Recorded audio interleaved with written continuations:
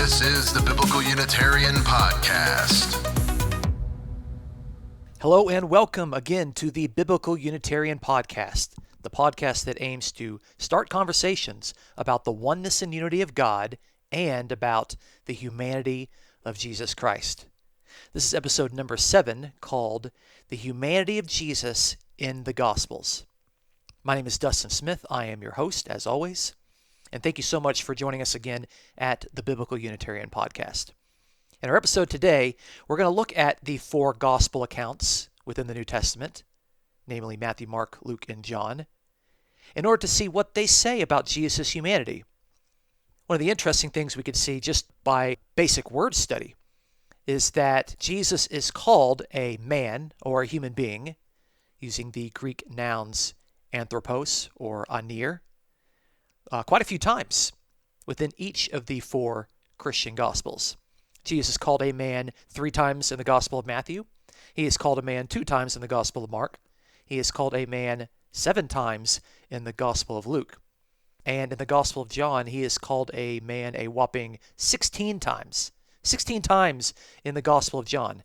Now, this is very interesting to me because most people regard the Gospel of John as the gospel with the highest Christology, as in the most elevated understanding of who Jesus is. But on the contrary, John actually calls Jesus a man, calls him a human being, more times than Matthew, Mark, and Luke combined. So it's interesting that the gospel that stresses the humanity of Jesus is actually the one that is, in my opinion, misunderstood and misappropriated more than the others. So again, 3 times Matthew, 2 times in Mark, 7 times in Luke, and 16 times in the Gospel of John.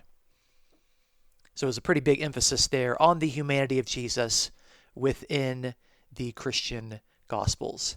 We can see that Jesus' humanity is expressed in how he learns things, in how the Gospels portray Jesus' knowledge, and the fact that Jesus has to ask questions about certain things, and the fact that Jesus comes to find out certain things, when Jesus even admits that he doesn't know certain facts, and ultimately in Jesus admitting that he was taught from the Heavenly Father. So this is what we're going to look at today in this episode. So we're going to start here actually in Luke chapter 2 in verse 40, where Luke says that, quote, "The child," this is Jesus, "continued to grow and become strong, increasing in wisdom, and the grace of God was upon him." So Jesus here, as a growing child, was increasing in wisdom, and God's grace was upon him. So we see that Jesus was learning wisdom, he was growing in wisdom, he obviously wasn't omniscient, and Jesus is distinct from God because the grace of God was upon him. That's Luke chapter 2 and verse 40. Also in Luke chapter 2, we see this passage where it says, "Jesus kept increasing in wisdom and stature and in favor with God and men." That's Luke chapter 2, verse 52. So again, Jesus kept on increasing in wisdom and stature and in favor with God. So we see there Jesus was growing, learning in wisdom and stature, and we see again Jesus was distinct from God. Obviously, Jesus is not omniscient in these passages. He does not know everything. To where, on the contrary, God the Father is one that is described as one that has perfect knowledge, that he knows what's going on. He has an innumerable understanding, but Jesus is still learning things. It's one of the distinctions between God and Jesus. But it's something that makes sense if Jesus is a bona fide member of the human race, as we've tried to describe in our previous episodes. Moving along, we can see that Jesus regularly in the Gospels is portrayed as having to have asked questions of other people. This passage here, Matthew chapter 15, verse 34, Jesus said to them, "How many loaves do you have?" Speaking to the disciples, he wants to know, how much bread do they have? Jesus didn't know. He had to ask this question. How many loaves do you have? Matthew 15, 34. Jesus answering the mother of the Zebedee boys says in Matthew 20, verse 21, "What do you wish?" He wants to know, what do you want? Because Jesus didn't know. He had to ask questions, just like any other human being would have to do. Another passage in Matthew 20, says, Jesus stopped and called them, these are the two blind men, and said, "What do you want me to do for you?" That's in Matthew 20, verse 32. Jesus didn't know. He had to ask the two blind men, "What do you want me to do for you?" Jesus continues to ask questions here in Mark chapter 5 and verse 30. Says, "Immediately Jesus, perceiving in himself that the power proceeding from him had gone forth, turned around in the crowds and said, 'Who touched my garments?'" Someone had reached out and touched Jesus' garments, and some power had left Jesus, and Jesus had to turn around. He had to ask the question, "Who touched me? Who touched my garments?" He didn't know. That's in Mark chapter 5 and verse 30. We can see that the question regarding the loaves and the fish, how many loaves do you have, also shows up in Mark. That's in Mark 6 and verse 38. In Mark chapter 8 and verse 23, it regards Jesus taking the blind man by hand, brought him out of the village. He spat in his eyes, laid hands upon him, and he asked him, "Do you see anything?" He had asked this question, "Do you see anything?" Jesus didn't know. In Mark chapter 9 and verse 21, Jesus asked the father of a possessed boy this question, "How long has this been happening to him?" And the father replied, "From childhood." Jesus had to ask these questions because he's not omniscient. And of course, the question about who touched Jesus, who touched his garments, reappears in Luke's gospel. That's in Luke chapter 8 and verse 45. So clearly, Jesus is not portrayed within the Christian gospels as someone who is all-knowing and omniscient and knows everything. On the contrary, he has to ask pretty basic questions quite often. We can see that Jesus sometimes has to ask individuals their names. When he was asking Legion, Mark chapter 5 and verse 9 says, "What is your name?" And actually the imperfect tense of the verb here in Mark chapter 5 and verse 9 indicates that Jesus was asking him. Jesus was constantly asking this question, "What is your name? What is your name? What is your name?" He had to constantly ask this. And Luke also depicts Jesus in the same manner because the same question is portrayed in Luke's gospel in Luke chapter 8 and verse 30. One of the other things that we see about Jesus is that he often comes to conclusions based on his observations, meaning he didn't already know certain information. He just comes to this conclusion because of things that he sees. We can see this in a variety of passages, most commonly with the verb to find, Greek verb evrisko, where a lot of people today say eureka, which means I have found it. Matthew chapter 8 and verse 10 says this, "Now when Jesus heard this, he marveled and said to those who were following, quote, 'Truly I say to you, I have not found such great faith with anyone in Israel.'" As in, Jesus is astonished that he finally does find this, but the very fact that he finds this great faith among someone in Israel shows that he has come to that conclusion based on observations, not due to any sort of omniscience. Luke actually also portrays another version of this particular story in Luke chapter 7 and verse 9.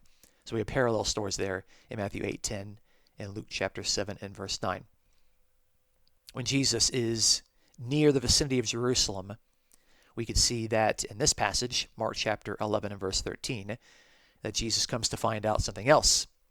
The passage reads, "Seeing at a distance a fig tree in leaf, he went to see if perhaps he would find anything on it.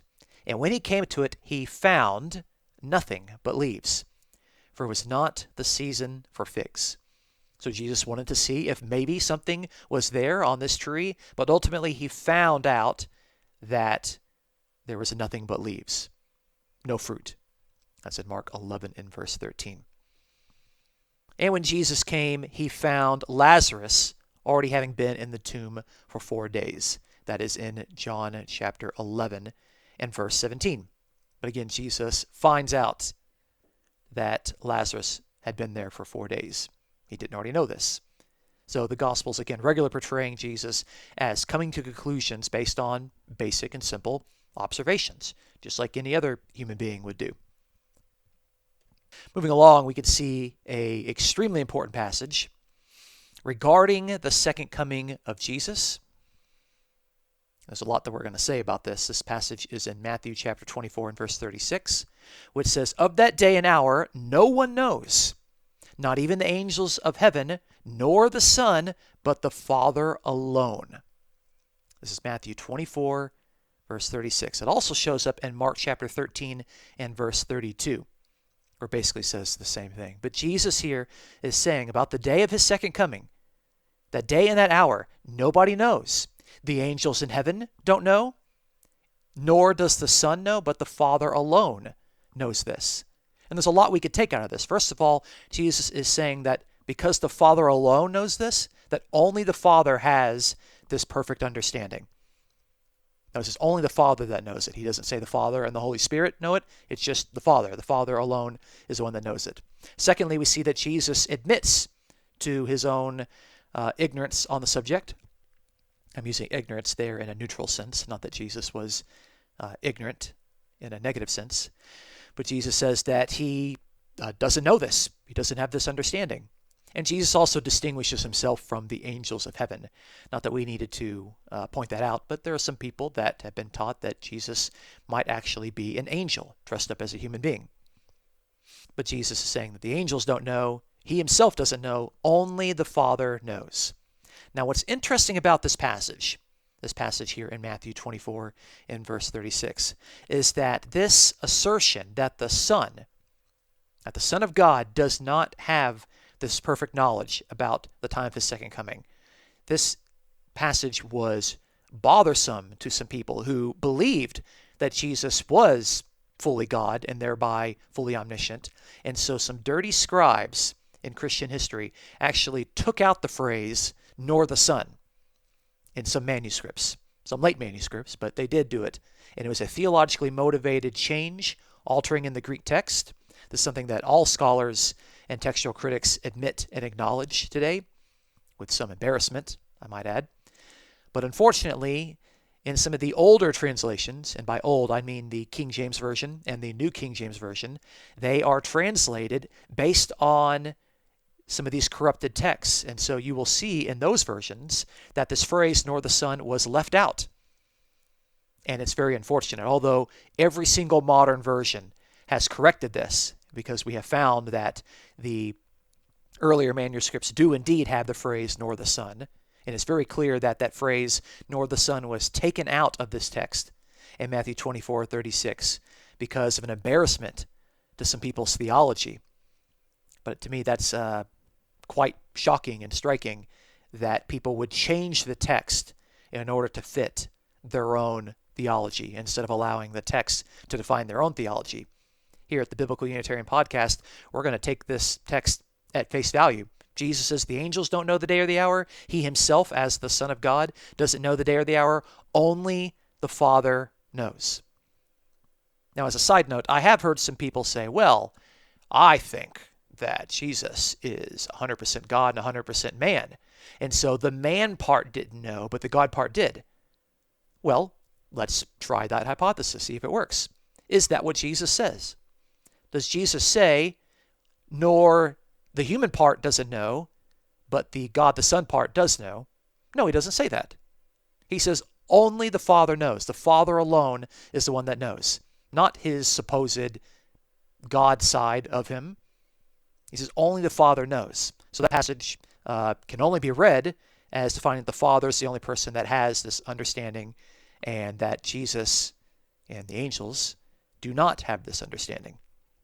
So that's Matthew 24:36 and Mark 13:32. Lastly, I want to point out that in John's Gospel, Jesus admits that he was instructed and taught by the Father, meaning Jesus learned things. He grew in his knowledge, he grew in his wisdom, he grew in his understanding. John chapter 8 and verse 28 says this with Jesus, "I do nothing on my own initiative, but I speak these things as the Father taught me." Jesus speaks and teaches the things that the Father taught him. So Jesus was taught, he learned, and this is basically what we've seen throughout all of these passages. is that Jesus did not have a perfect understanding. He had to learn these things through various means, and this is a representation of his humanity. Now, I do want to point out here that I'm not trying to say anything disrespectful about Jesus. I'm not trying to say that he's ignorant or that he was stupid or anything like that. So if you hear someone walking away from this podcast with that understanding, please tell them that they are mistaken. What I'm simply trying to demonstrate is that Jesus as a human being is not omniscient, despite other Christian theologies that would like to elevate Jesus to a sense of divine, omniscient state of being. On the contrary, we see, based on everything that we've looked at here, that Jesus is called a human being dozens of times in the Gospels, mostly in the Gospel of John. We've seen that Jesus grows in wisdom and understanding. We've observed that Jesus asks questions because he's not omniscient. We also see that Jesus needs to ask the names of certain persons. We've observed that Jesus comes to conclusions based on what he finds. We've also observed that Jesus openly admits he does not know the day or hour of his second coming, and only the Father knows. And lastly, we've seen that the Father is the one who taught Jesus, and Jesus admits this. So that's going to be the end of our podcast for today. Thank you so much for tuning in and sticking around. Now, if you enjoy the podcast, please consider supporting us as we aim to promote the sound truths of the oneness and unity of God and the humanity of Jesus. If you're listening on YouTube, please consider subscribing and liking and sharing this episode. And if you'd like to offer a donation, you may check out the episode's description for a link to PayPal. The Biblical Unitarian Podcast is produced and edited by Dustin Williams. I am Dustin Smith, your host. Until next time, please take care.